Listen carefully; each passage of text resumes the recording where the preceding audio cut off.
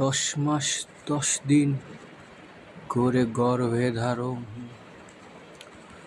কষ্টের তীব্রতায় করেছে আমায় লালন। চোখের জলে আগো আজও ফিরে তাই, হঠাৎ করে না বলে হারিয়ে গেল। কোথা হারালো